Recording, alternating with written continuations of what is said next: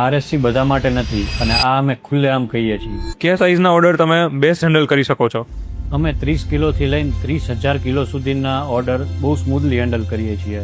Because નાના orders માટે અલગથી ડેપો છે જેમાં નાના ઓર્ડર્સ મેનેજ થાય છે એન્ડ મોટા ઓર્ડર્સ માટે અમારા પાસે મંથલી 500 ટનની કેપેસિટી અવેલેબલ છે. કઈ કેટેગરી તમારી સ્ટ્રોંગેસ્ટ છે?